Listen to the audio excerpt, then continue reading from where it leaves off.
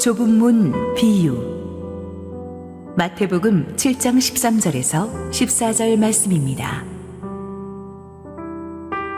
좁은 문으로 들어가라. 멸망으로 인도하는 문은 크고 그 길이 넓어 그리로 들어가는 자가 많고, 생명으로 인도하는 문은 좁고 길이 협착하여 찾는 자가 적음이라.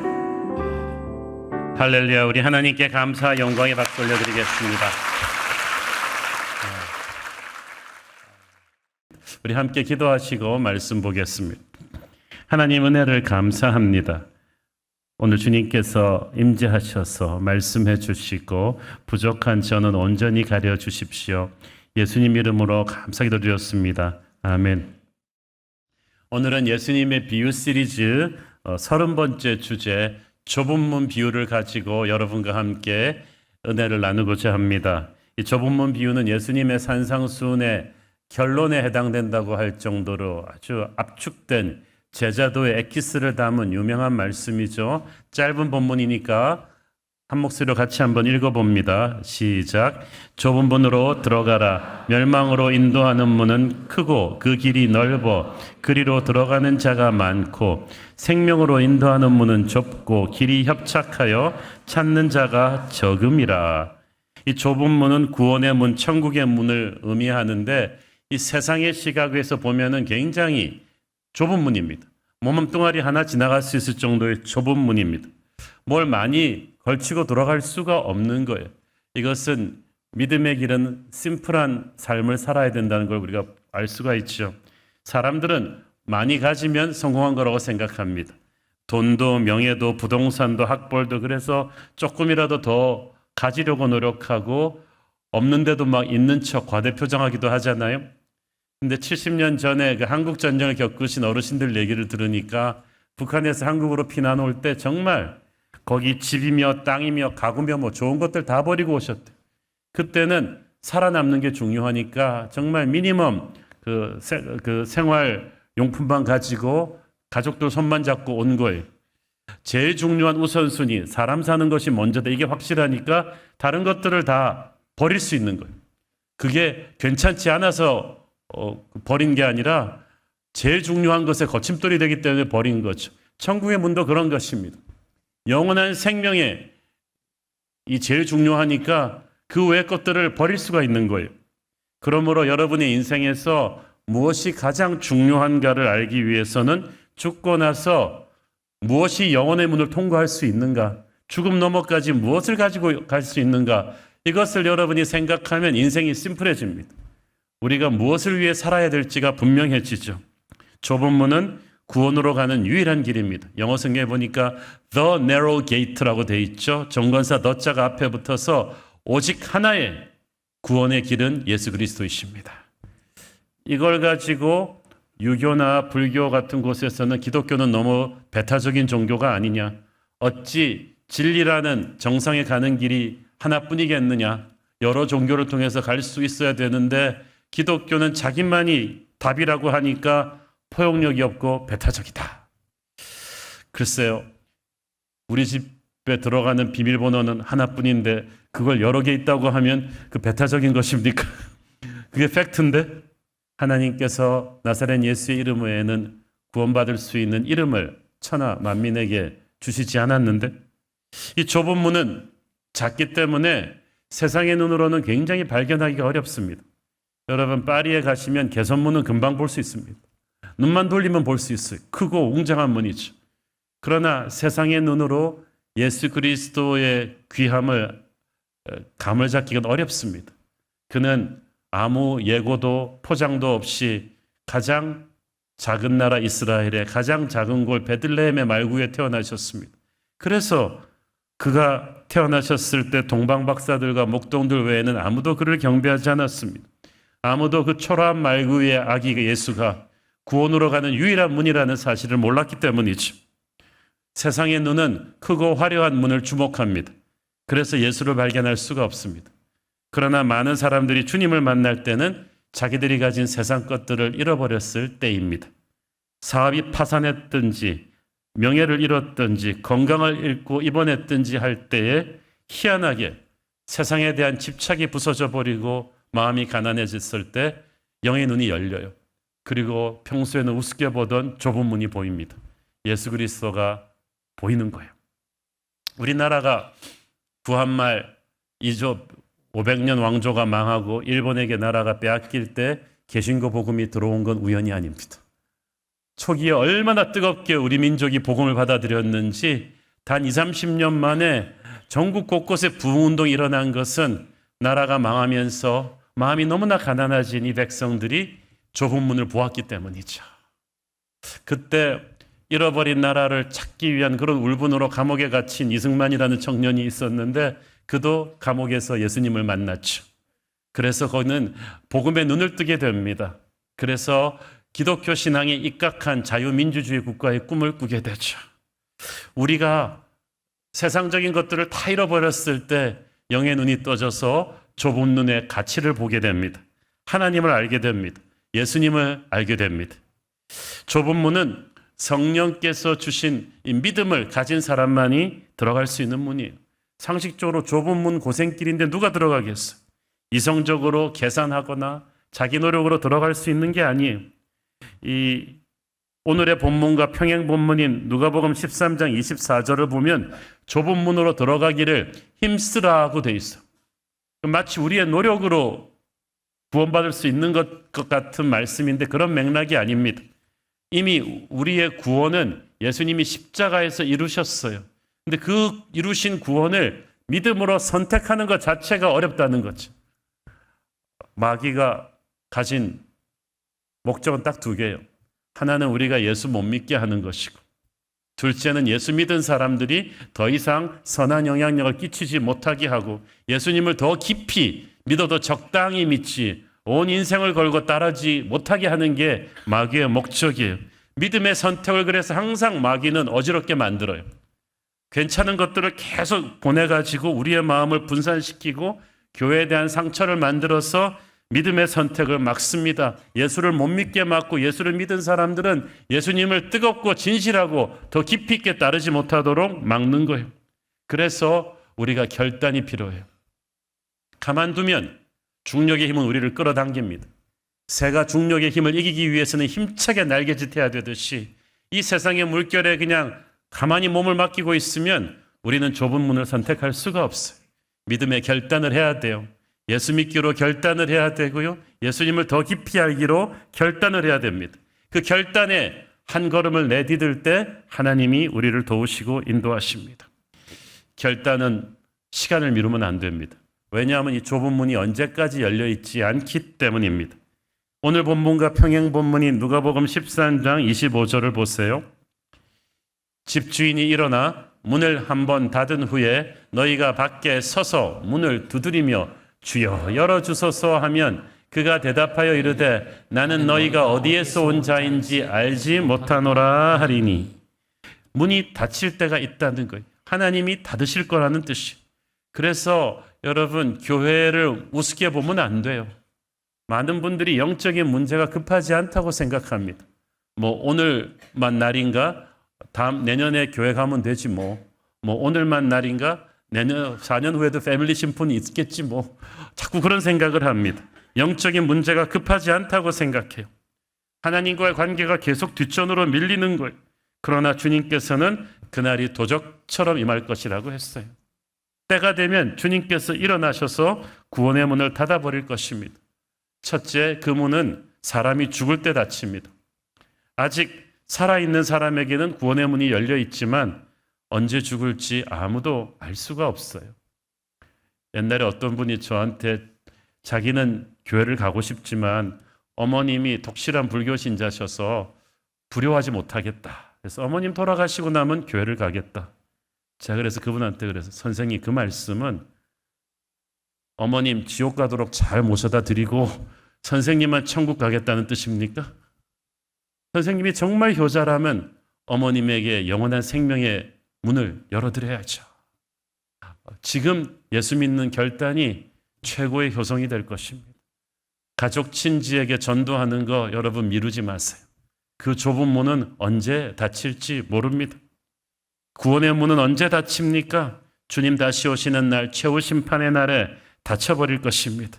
세상에서 가장 처절한 후회는 모든 열방과 백성들 중에서 하나님을 믿을 수 있을 때 믿지 않았던 후회일 것입니다. 그래서 영적인 절박감이란 뭐냐 하면은 이 기회가 지나가면 다시 오지 않을 것이다 라는 절박감을 가지고 은혜의 순간을 놓치지 않겠다는 것. 성경에서 믿음의 영웅들은 전부 다 그랬어요. 12의 혈루병 앓던 여인이 만약에 그런 생각이었다면 뭐 오늘 못 가면 내년에도 주님 다시 지나가시겠지? 그러지 않았다는 거예요.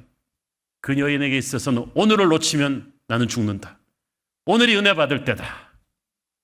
맹인 바디메오가 뭐 여리고에 또 오시겠지 내년 휴가 때 오시겠지 이러지 않았다는 거예요. 오늘을 놓치면 우리는 죽는다. 여러분, 이런 절박감이 패션을 만들고 이 패션이 능력을 끌어내는 줄로 믿습니다. 누가복음 13장 30절을 보세요. 보라, 나중된 자로서 먼저 될 자도 있고 먼저 된 자로서 나중될 자도 있느니라 하시더라. 여기서 나중된 자는 복음을 늦게 받은 이방인들을 가리키고 먼저 된 자는 복음을 일찍 받은 유대인들을 가리키는데 유대인들은 일찍만 받았다 뿐이지 이 복음의 귀함을 당연시 여기고 뜨겁게 잡지 않았는데 이방인들은 늦게 받았지만 간절한 열심으로 이 복음을 끌어안았기 때문에 하나님께서 그들로 하여금 세계 복음화의 선봉에 세우신 거예요. 그래서 천국은 침노하는 자가 빼앗는다, 나중된 자가 먼저 된다, 다 같은 말인데 영적인 절박감을 가져라 하는 거죠.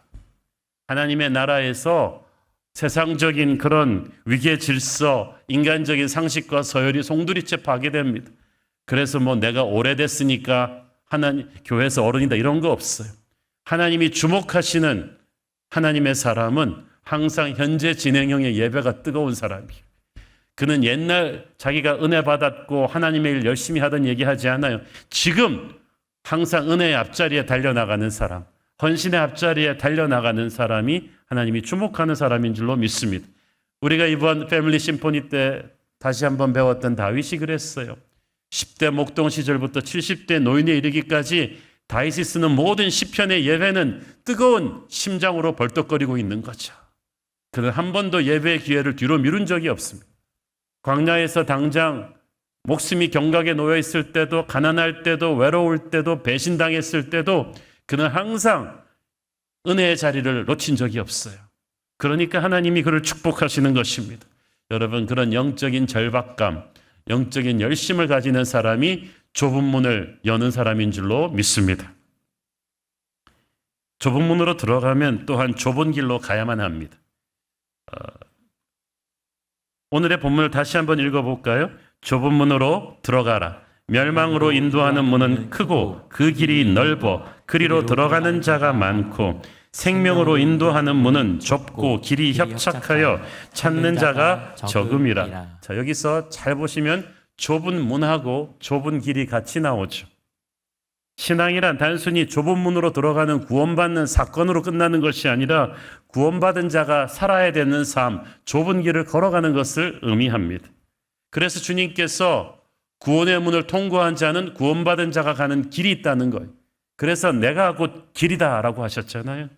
예수님의 간 길을 따라와야 된다는 뜻입니다. 이 길이 그런데 쉽지가 않아요. 고난의 길입니다. 이 좁은 문, 좁은 길을 가기 위해서는 자기 자신을 포기하는 대가를 치러야 돼요.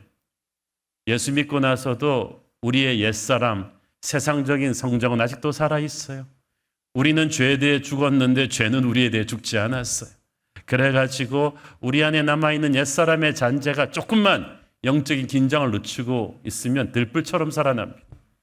돈 좋아하고 명예 좋아하고 편한 거 좋아하고 사람들이 칭찬하는 대로 끌리는 옛사람이 계속 들불처럼 일어났기 때문에 우리가 세상의 쾌락보다 더 큰 은혜의 예배를 날마다 드리지 않는다면, 예배 은혜로 충만해지지 않는다면 우리는 다시 한번 오뚜기처럼 옛사람의 잔재로 다시 돌아가게 될 것입니다.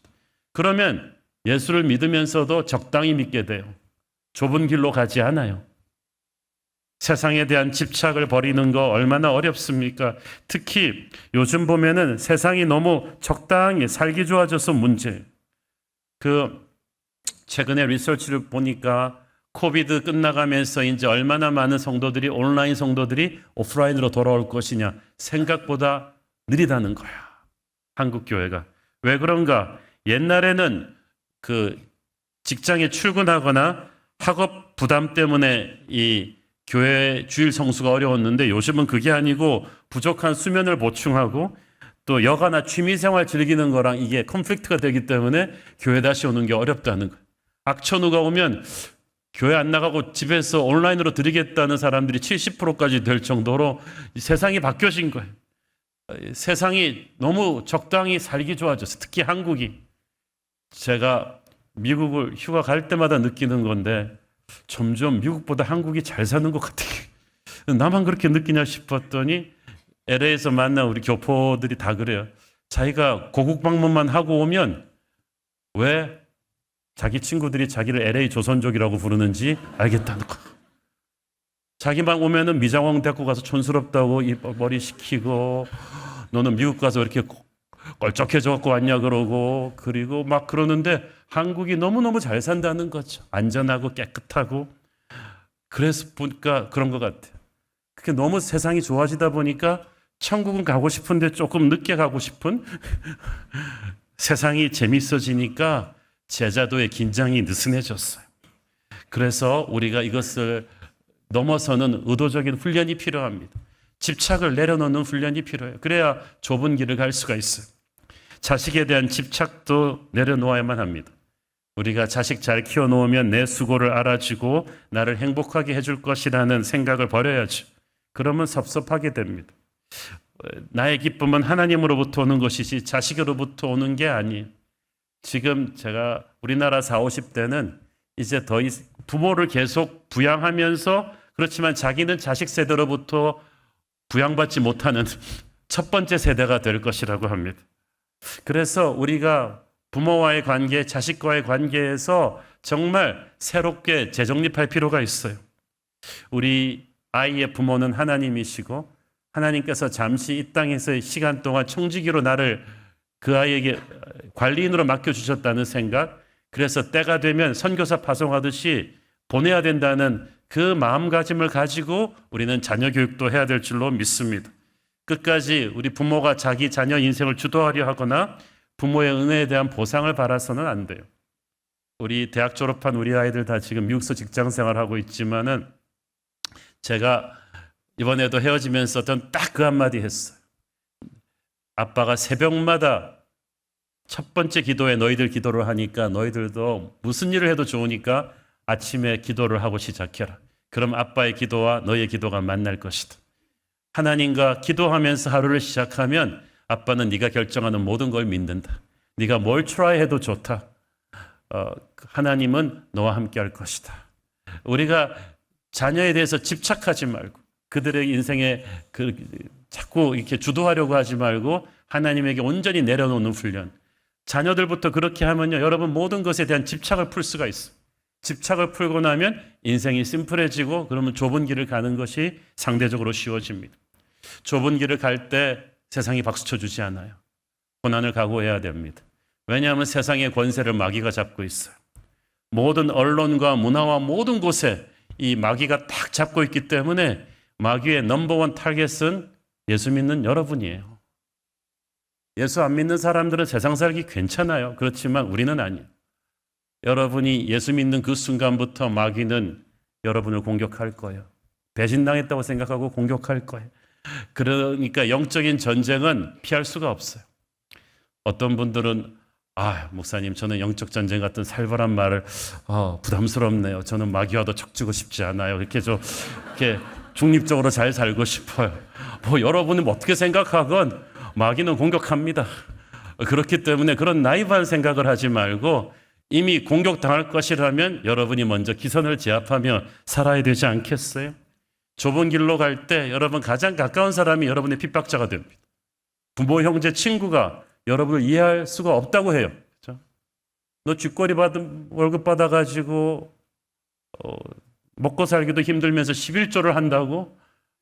네가 어떻게 이해를 하겠어요, 그분들이. 너희가 한국 같은 나라에서 네가 세금을 다 내고 사업을 하겠다고? 이런 말들을 여러분이 수치해 들을 거예요. 가장 가까운 사람들로부터. 우리가 좁은 길로 갈 때 고난이 옵니다.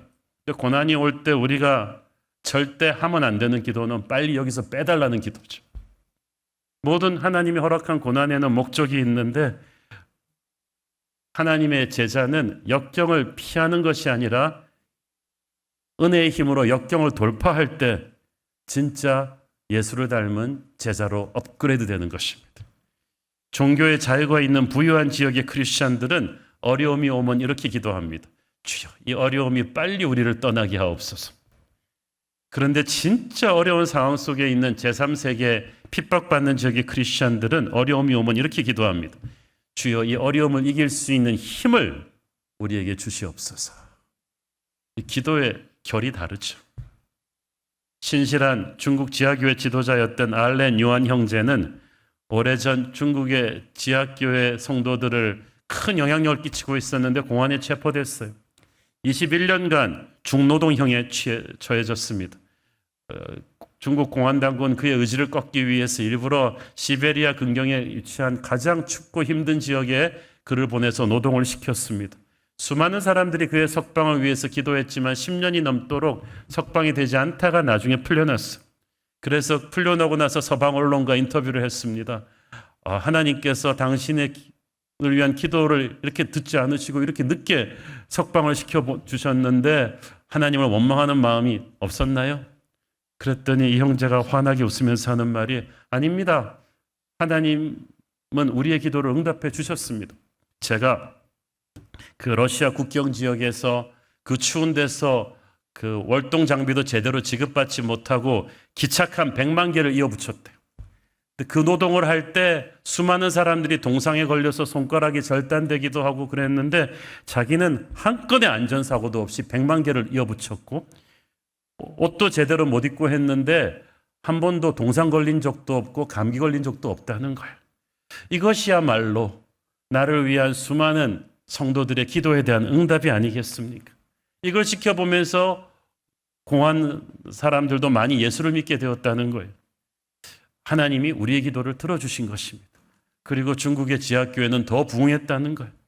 믿음의 수준이 달라요. 그러니까 여러분 좁은 문을 간다는 사실 자체가 메리트가 아니라 이 좁은 문을 찬송하면서 가야 되고요. 여길 이 고난 안에서 역사하시는 하나님의 임재를 느껴야 돼요. 그래서 고난을 영광으로, 절망을 소망으로, 슬픔을 기쁨으로 바꾸는 사람들이 저와 여러분이 되어야 될 줄로 믿습니다. 이 좁은 문, 좁은 길은 가려고 하는 사람들이 많지 않아요. 힘드니까. 그래서 좁은 길을 가는 사람에게 오는 필연적인 운명은 외로움입니다. 하나님의 자녀들은 이 외로움을 각오를 해야 돼요. 주님께서는 이 좁은 문을 찾는 이가 적다고 하셨는데 이 적다는 헬라어 의미는 거의 없다는 뜻입니다. 극소수라는 뜻이. 열정, 관심과 열심을 가지고 주님을 따르려는 이들, 주님을 믿으려는 이들, 한번 믿은 주님을 더 깊이 알려는 이 열정을 가진 이들이 없다는 거예요. 주님을 알려는 이 열정, 좁은 길을 찾아가려는 열정이 있는 사람들은 새벽 기도하고 패밀리 심포니 오고 CES 하고 예수님의 이름의 비밀하고 막 열정을 주체할 수가 없는데 그런 사람이 뜻밖의 적다는 거죠. 어떤 부동산을 사야지 노후 대비가 잘 될 것인가, 이런 세미나는 뭐 미어 터집니다. 1타 강사가 나왔고 아이들 단시간에 성적 올리는 거 강의하면 뭐 오픈 10분 만에 인터넷이 마감이 되죠. 그런데 주님을 더 알기 원하는, 좁은 문을 찾아가려는 영적인 열심이 있는 사람들이 적기 때문에 주님이 가슴 아파하십니다. 세상의 영혼, 군중이 많이 모이는 것에 주목합니다. 댓글이 얼마나 달렸는가, 조회수가 얼마냐, 시청률이 얼마냐, 여론조사가 어떻게 되나, 시대의 유행이 어떻게 되나, 이걸 잘 감을 잡아야 정치고 경제고 뭐고 다 잘할 수가 있어. 그래서 우리도 사람들 많이 몰리는 곳에 주목하고 따라갑니다. 그런데 주님의 제자는 그런 게 아니에요. 우리는 군중이 반드시 옳지 않다는 것을 알아요.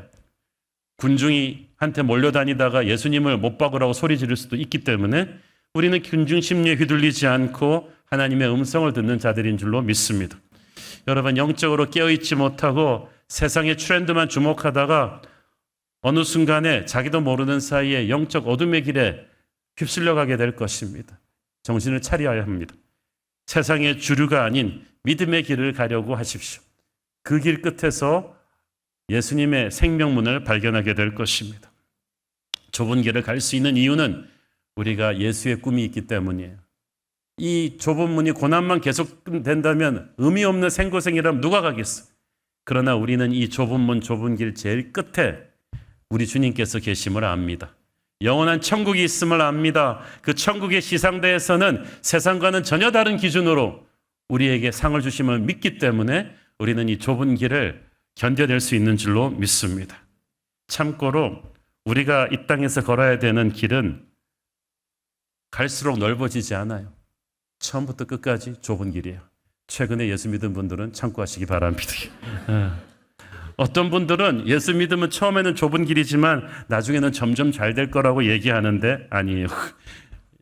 예수 잘 믿으면 세상적으로 점점 성공하게 될 것이다. 그것도 아니에요. 그럴 수도 있지만 처음부터 끝까지 쉽지 않은 길이에요.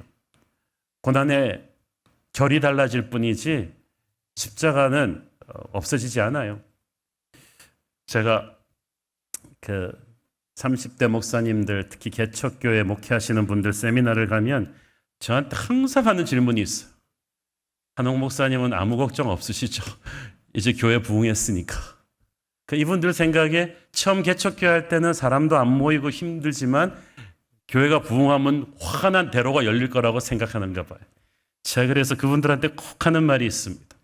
목사님, 50명 모이는 교회는 50가지의 문제가 있고 5,000명 모이는 교회는 5,000개의 문제가 있습니다. 목사님이 겪는 고난과는 저는 다른 고난을 항상 지고 있는데 목회란 그런 거예요. 한치도 자만하거나 안주할 여유가 없어요. 거룩한 긴장감을 계속 가지고 살아야 되는 거죠. 저는 주일날 4부 설교 끝나면 바로 그 다음 주 설교를 생각을 합니다. 패밀리 심포니 끝나면 4년 후에는 어떤 걸 보완해야 될지를 생각을 해요. 안 그래야 되는데 그냥 그게 따라오는 거예요. 목회는 평생 좁은 문, 좁은 길입니다. 다만 우리는 그 좁은 길을 기뻐하면서 우리 주님과 함께 가는 걸 배워야 되죠. 이 좁은 문으로 들어가라는 말을 의미는 또 뭐예요? 그거는 구경하는 길이 아니라 그 안으로 들어가 살아내야 되는 길입니다. 신앙은 행동하는 거고 체험하는 거지 구경하는 게 아니에요. 교회는 관람객은 필요 없습니다. 교회에는 군사가 필요합니다. 참가자가 필요해요. 예배는 보는 것이 아니라 드리는 거예요. 그래서 한국어로 예배를 본다는 말은 잘못된 거예요. 우리는 관람객이 아니에요. 예배는 드리는 거고 체험하는 것이고 드리고 체험한 사람은 헌신하게 됩니다. 헌신이 예배의 결론이에요. 은혜 받았습니다라고 말하지 않고 교회 가는 분은 돌아가는 분은 별로 없었어요. 받은 은혜를 삶에서 살아내는 게 이게 진짜 힘들죠. 주님의 말씀은요, 구경할 때 제일 편해요. 다 좋은 말씀이죠. 살아내려고 하면 힘듭니다. 희한하게 살아내려고 할 때 말씀이 능력으로 폭발하는 거예요. 어려운데 순종하기 시작할 때 영적인 근육이 생겨요. 아무리 좋은 약도 먹지 않으면 무슨 의미가 있어요? 하늘의 기쁨이 말씀을 순종할 때 우리를 살려내기 시작합니다. 그래서 세상 사람들이 이해할 수 없는 좁은 길을 우리는 계속 선택하고 가는 거예요. 이제 코비드가 끝나면서 우리 교회 아우리치의 시즌이 돼가지고 몽고 아우리치를 시작으로 이제 인도네시아도 가고 이제 제주도도 가고 막 캄보디아도 이제 갈 거예요. 저는 우리 성도님들 정말 존경하고 자랑스럽게 생각합니다. 1년 내내 열심히 일하시다가 겨우 1년에 한 1, 2주 받은 휴가 기간을 잘라가지고 자기 재정까지 플로잉하면서 예수 안 믿었으면 세상적으로 충분히 즐길 수 있는 휴가 시간에 그렇게 가셔가지고 열방의 가난한 영혼들을 섬기시는 모습을 보면 좁은 길을 가는 거죠. 그런데도 막 뭐가 좋다고 너무 막 웃으시고 좋아하시고 감사하시고 해본 사람만 알 수 있는 성령의 특별한 임재가 좁은 길을 갈 때 우리에게 주어져요. 저도 주님을 위해서 그런 장소에 헌신할 때마다 우리 주님께서 나는 네가 너무 사랑스럽다. 나는 네가 너무 자랑스럽다. 여기 와줘서 너무 고맙다는 그 음성을 생생하게 온 영혼으로 들을 수가 있습니다. 그게 좁은 길을 가는 보람이죠. 남들은 영리하게 사업하면서 아주 기술 좋게 탈세하는데 하나님의 사람이기 때문에 양심을 지켜서 세금 다 정직하게 내고 대한민국에서 사업하는 거 좁은 길을 가는 거죠. 얼마나 힘듭니까? 그러나 하나님께서 여러분을 복 주실 것입니다. 이 살벌한 세상에서 치열한 경쟁 사회에서 믿음으로 자녀 키우는 거 좁은 길을 가는 것입니다. 세상 부모들은 고3만 되면 바다에는 해삼이 있고 육지에는 고삼이 있다 그러듯이 그냥 어떻게든 1시간이라도 잠도 덜 재우고 학원을 하나라도 더 보내서 좋은 대학 보내려고 애를 쓰는데 우리는 주일날 아이들이 그래도 예배 드릴 수 있도록 축복하고 아이들한테 공부하라고 하는 잔소리는 세상 부모들도 다 하니까 참고 축복하고 더 기도하고 쉽지 않아요. 우리도 사람일진데 초조하지 않겠습니까?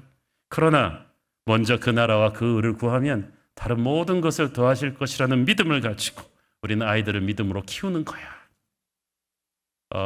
이 좁은 길을 처음에 선택했다 할지라도 끝까지 초지일관 가는 거 쉽지 않습니다. 왜냐하면 하루 이틀, 일주일, 이주일, 한 1년 지나다 보면요 어려움이 와요. 이 길을 끝까지 완주하는 게 또 어려워요. 중간에 매력적인 선택들이 오거든요. 하나님의 뜻 비슷한 것 같은 매력적인 고통 탈출 옵션이 옵니다. 제가 아는 한 선배님이 오래전에 지방에서 교회를 개척하셨는데 설교도 잘하고 정말 능력 있는 분인데 진짜 맨 땅에 헤딩하는 개척을 하셨어요. 그래가지고 성도들 몇 명 모이지도 않는 데서 고군분투했습니다. 몇 년 동안에. 그런데 교인들이 몇십 명 이상 초반기는 이렇게 막 부흥을 하지 않았어요. 경제적인 어려움은 현실이었고 가족들 보기에 미안했습니다. 그때 때마침 서울의 한 규모 있는 교회에서 청빙 요청이 온 거예요. 주의 음성이 그때는 얼마나 매력적으로 다가오는지 이건 주님의 음성인가 보다. 그런데 마음은 혹했는데 기도해 보니까 아니고 눈물을 머금고 그 청빙 요청을 거절하고 후회도 하고 갈 걸 그랬나 말 걸 그랬나. 그러나 하나님을 믿고 처음 개척한 교회 그 성도들을 떠나지 않았습니다. 결론부터 말씀드리면 훗날 그 교회는 이름만 대면 알 수 있는 한국교회 대표적인 건강한 부흥성장하는 교회로 발돋움했죠. 쉽고 편한 길이 아니라 좁은 길을 끝까지 포기하지 않았던 그를 하나님이 붙들어 주신 거예요. 그렇기 때문에 여러분이 좁은 길을 자기 힘으로 갈 수가 없어요. 날마다 성령의 도우심으로 가는 거야. 오직 성령의 은혜로 성령의 도우심으로 가기 때문에 우리는 끊임없이 하나님 앞에서 예배하는 자가 되어야 됩니다. 그래야 이 좁은 길을 가는 선택을 끝까지 유지할 수가 있습니다. 교회는 이 좁은 문, 좁은 길을 가는 사람들의 공동체입니다. 아까 이 길을 가는 것이 외롭다고 했지만 이 외로운 길을 선택한 사람들끼리 모였을 때 참 희한한 시너지가 생겨요. 그게 순예배 하잖아요. 순예배 때 모여가지고 각자 일주일 동안 직장생활에서 믿음대로 살아보려 하다가 왕따당하고 핍박당하고 전도하다가 구박당하고 뭐 이런 얘기들을 서로 나눌 때 하나님께서 좁은 길을 가는 동지들의 전우회를 막 일으키시고 은혜를 주고 서로 격려하게 하십니다. 그것이 서로를 붙들어 줍니다. 오래전에 필립 옌시라는 유명한 크리스찬 작가가 아시아에서 국가적으로 기독교를 핍박하는 말레이시아와 인도네시아 교회 지도자들을 인터뷰하고 돌아왔습니다. 그때 말레이시아의 크리스찬 지도자들은 말하기를 우리는 그래도 축복받은 셈입니다. 왜냐하면 인도네시아 모슬람 어떤 지역에서는 크리스찬들을 죽이기도 합니다. 말레이시아에서는 차별받고 여러 가지 행동에서 제약은 받지만 죽이지는 않습니다. 그래서 우리가 인도네시아 형제들을 위해서 더 기도해야겠습니다 한 거예요. 자기들도 힘든데. 그러니까 인도네시아 지도자들은 또 뭐라 그러냐면 아니에요. 말레이시아에서는 자유롭게 복음 서적을 출판할 수가 없잖아요. 인도네시아에서는 기독교 서적을 출판할 수가 있다는 거예요. 그래서 우리가 말레이시아 형제들을 위해서 기도해야 된다는 거예요. 놀랍지 않습니까? 보통 사람들은 자기가 더 고생한다고 막 불려서 얘기하는데 믿음이 깊은 형제들은 서로가 진 십자가가 더 애틋해 보이고 그래서 서로도 격려해 주는 거예요. 교회란 바로 그런 곳인 줄 믿습니다. 나만 지고 있는 십자가가 무겁다고 하지 말고 내 옆에 있는 형제가 가는 좁은 길을 안타깝게 생각하고 격려해 줘야 돼. 그래서 우리가 서로 사랑해야 되는 거예요. 이렇게 믿음의 공통분모를 가진 사람들이 모여서 격려해 줄 때 우리는 이 힘든 좁은 길을 끝까지 완주할 수 있는 줄 믿습니다.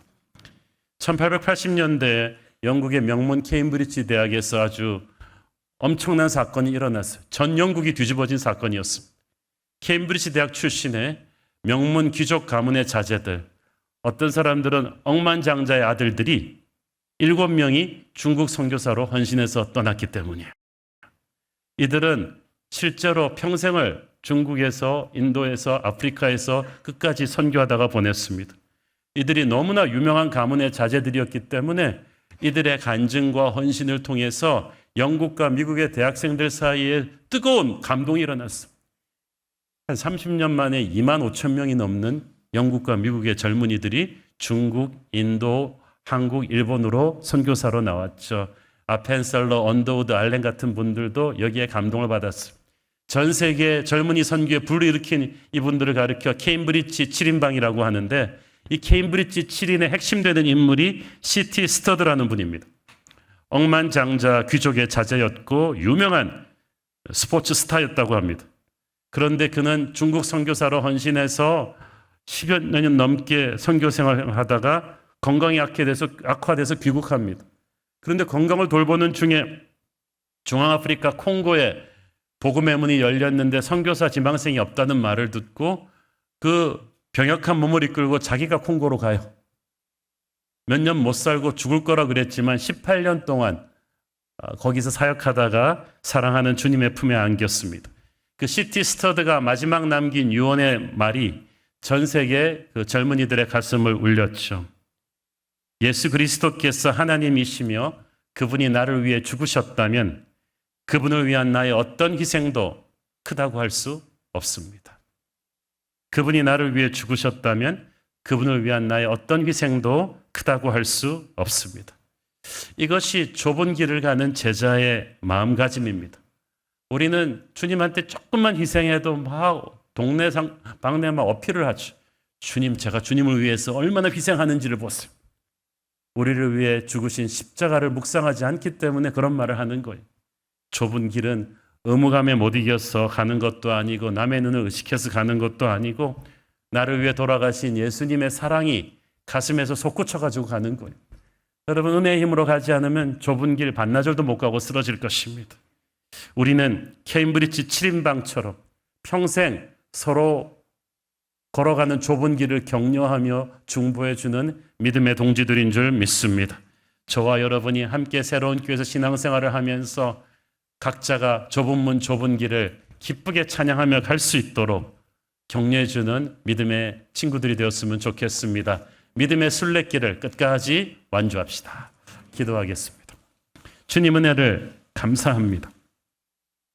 주님은 좁은 문 좁은 길을 먼저 가시고 우리를 거기로 초대하시는데 우리는 예수 믿으면서도 세상에서 누릴 수 있는 것은 다 누리고 쉽고 편하게 예수 믿으려고 했던 것을 회개합니다.